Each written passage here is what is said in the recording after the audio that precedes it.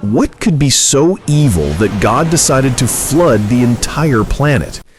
Genesis 6 gives us the answer, and it's more shocking than most people realize. Supernatural beings mixed with humanity. Giants walked the earth. Violence filled every corner of the world. This wasn't just human sin. This was something far worse.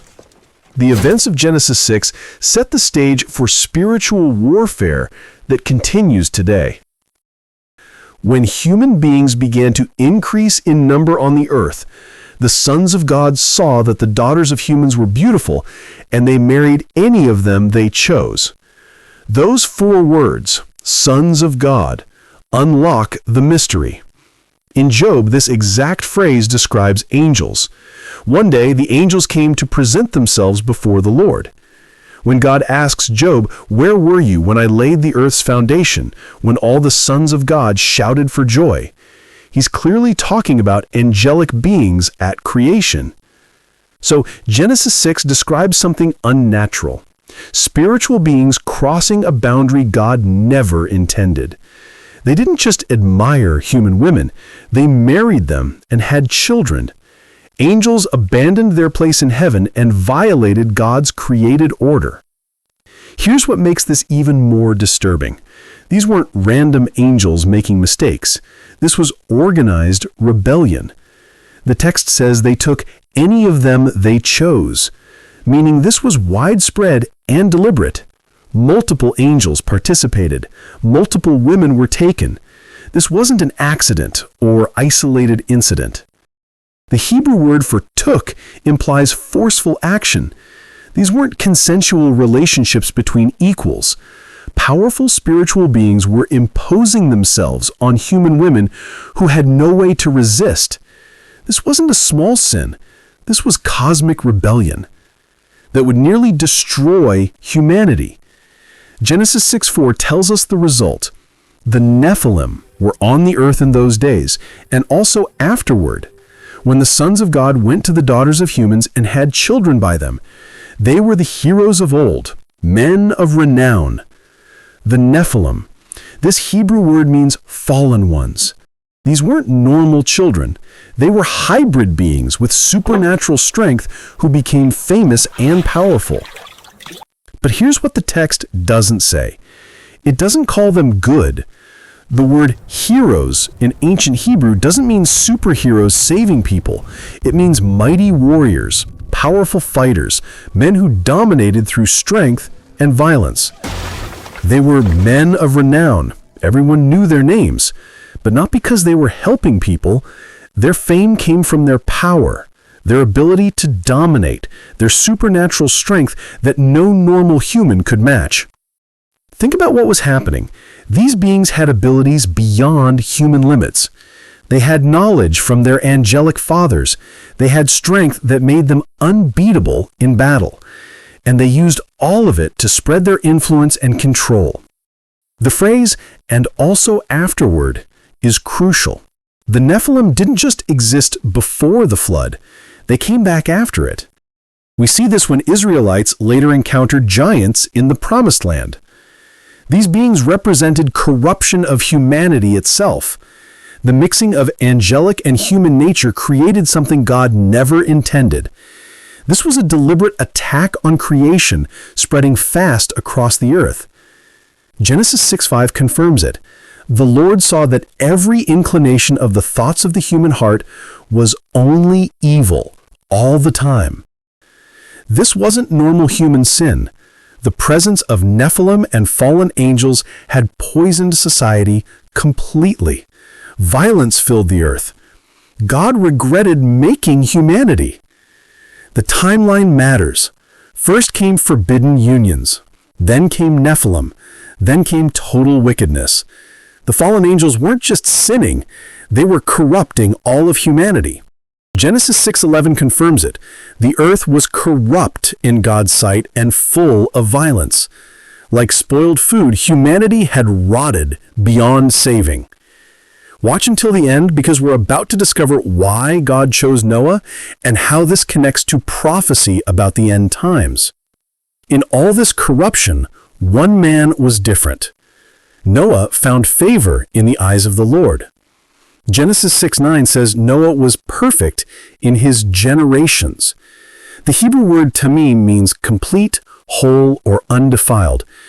And many scholars believe this describes more than character.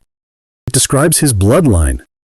Sons of God were taking human wives everywhere. Nephilim were multiplying. Human genetics were being polluted. But Noah's family line remained pure, fully human in a world that was becoming rare. God chose Noah because his family represented uncorrupted humanity. Through Noah, God could preserve the human race as he originally created it. This wasn't random destruction. It was surgical removal of corruption. God was hitting reset on a planet invaded by beings who didn't belong. God told Noah, "I will wipe from the face of the earth the human race I have created, for the earth is filled with violence." The flood wasn't just about punishing sin. It stopped a supernatural invasion threatening God's entire plan. If Nephilim kept spreading, there would be no pure human line left, no way for the promised Messiah to come. God had promised in Genesis 3 that a child born of woman would crush the serpent's head. If humanity became completely corrupted, that promise couldn't be fulfilled. Many scholars believe Genesis 6 was Satan's deliberate attack on that promise. If fallen angels corrupted all humanity, they could prevent Christ's coming. The flood stopped that plan. It wiped out Nephilim. It preserved Noah's pure family line, so thousands of years later, Jesus could be born fully human. What happened to the fallen angels who started this? The New Testament gives answers Genesis doesn't provide. Peter wrote, "God did not spare angels when they sinned, but sent them into hell, putting them in chains of darkness to be held for judgment." Jude makes it clearer. The angels who did not keep their positions of authority, but abandoned their proper dwelling, these he has kept in darkness, bound with everlasting chains. Their punishment was immediate and severe. While Satan and other fallen angels can still move around, these specific angels were locked up, waiting for final judgment. But remember, Genesis 6:4 said Nephilim existed and also afterward. Afterward means after the flood. The giant problem didn't end when the waters receded. Numbers 13 records spies entering the Promised Land. They came back terrified. "We saw the Nephilim there. We seemed like grasshoppers." They specifically called them Nephilim, the same word from Genesis 6. Somehow the bloodline survived and returned. The Bible doesn't explain exactly how, but it shows us they were back. And they weren't hiding. King Og of Bashan had a bed 13 feet long and 6 feet wide. That's not furniture for a normal person. Goliath stood over 9 feet tall and wore 125 pounds of armor.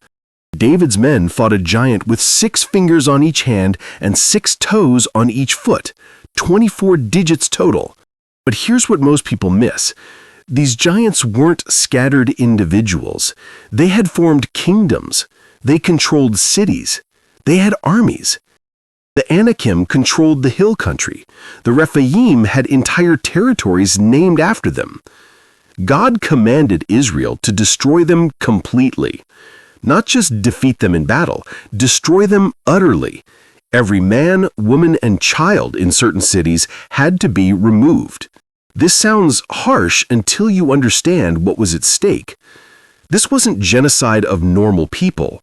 This was continuation of what the flood started, the removal of beings that represented a corruption of humanity itself, a genetic line that traced back to the forbidden union of Genesis 6. Israel's conquest of Canaan wasn't just about getting land. It was about finishing the job the flood began. Understanding Genesis 6 unlocks mysteries throughout Scripture. Why did God command Israel to destroy certain Canaan nations? They were infected with Nephilim bloodlines. Why were Israelites terrified of giants? They understood these were descendants of beings that nearly destroyed the world. Why does Jesus say end times will be as in the days of Noah? The conditions leading to the flood, including supernatural corruption, will happen again. Genesis 6 explains why blood sacrifice was necessary. Pure blood had to be protected. The bloodline to Jesus couldn't be corrupted. It explains why Jesus had to be born of a virgin. He was fully human, but without corruption. It explains spiritual warfare in Ephesians. Our struggle is not against flesh and blood, but against spiritual forces of evil.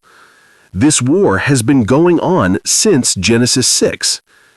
Satan's goal hasn't changed. He wants to corrupt humanity and prevent God's redemption plan. In Genesis 6, he tried corrupting genetics. The flood stopped that. Throughout the Old Testament, he tried wiping out the Messiah's family line. That failed when Jesus was born. At the cross, Satan thought he won, but the resurrection proved he lost everything. Now he uses different tactics. Instead of corrupting genetics, he corrupts minds. Instead of producing giants, he promotes lies. Instead of physical warfare, he wages spiritual warfare. Look at how the strategy has evolved. He can't produce Nephilim anymore. Those angels are locked up. But he can still influence people. He can still deceive. He can still corrupt society through ideas instead of genetics. He promotes the same rebellion today that the fallen angels showed in Genesis 6, crossing boundaries God set, rejecting divine authority, pursuing power and pleasure over obedience. The tactics changed, but the goal remains the same. Separate humanity from God, corrupt what God created good, prevent people from receiving salvation. But Genesis 6 teaches us God is more powerful than any fallen angel. He stopped their plan then, he stops their plans today. The same God who preserved 8 people through the flood will preserve his people through any spiritual attack we face. Jesus referenced Genesis 6 when discussing end times. In Matthew 24, "As it was in the days of Noah, so will it be at the coming of the Son of Man." What were those conditions? Fallen angels crossing forbidden boundaries, supernatural corruption, giants among humans, extreme violence, total wickedness. Jesus continued, "People were eating and drinking, marrying and giving in marriage up to the day Noah entered the ark. They knew nothing until the flood came and took them all." The same pattern repeats before Christ returns. People will live normally. They'll ignore warnings. They'll reject the gospel. Then suddenly, Christ returns. When Jesus says, "as it was in the days of Noah," he includes everything that made those days unique, including supernatural elements. Some teachers believe we'll see increased demonic activity before Christ returns. Spiritual deception growing stronger, false signs and wonders increasing, the boundary between physical and spiritual realms becoming thinner. We're already seeing this. Interest in the occult is exploding. Spiritual warfare intensifying. Genesis 6 isn't just history, it's a preview of what's coming. Genesis 6 revealed fallen angels crossed forbidden boundaries with humanity. Their offspring became giants that filled earth with violence. God sent the flood to stop corruption and preserve humanity through Noah. This was real history. Peter and Jude confirm these fallen angels remain imprisoned for their rebellion. Giants returned after the flood. Israel fought them for generations. David killed Goliath, a descendant of these beings. The spiritual war that started in Genesis 6 continues today. Jesus warned the end times will be like Noah's days. We need to be ready. We need to stand firm. We need to trust God like Noah did when the world was corrupt. Genesis 6 exposed the truth about fallen angels and giants, but it also exposed something more important: God's power to save his people no matter how dark the world becomes. If this video opened your eyes to Genesis 6, hit that like button. Drop a comment. Did you know about the fallen angels and Nephilim before this? What shocked you most? Subscribe and turn on notifications for more biblical mysteries. There's so much more to discover in God's Word. Thanks for watching. Stay strong in your faith, and remember, the spiritual war is real, but God has already won.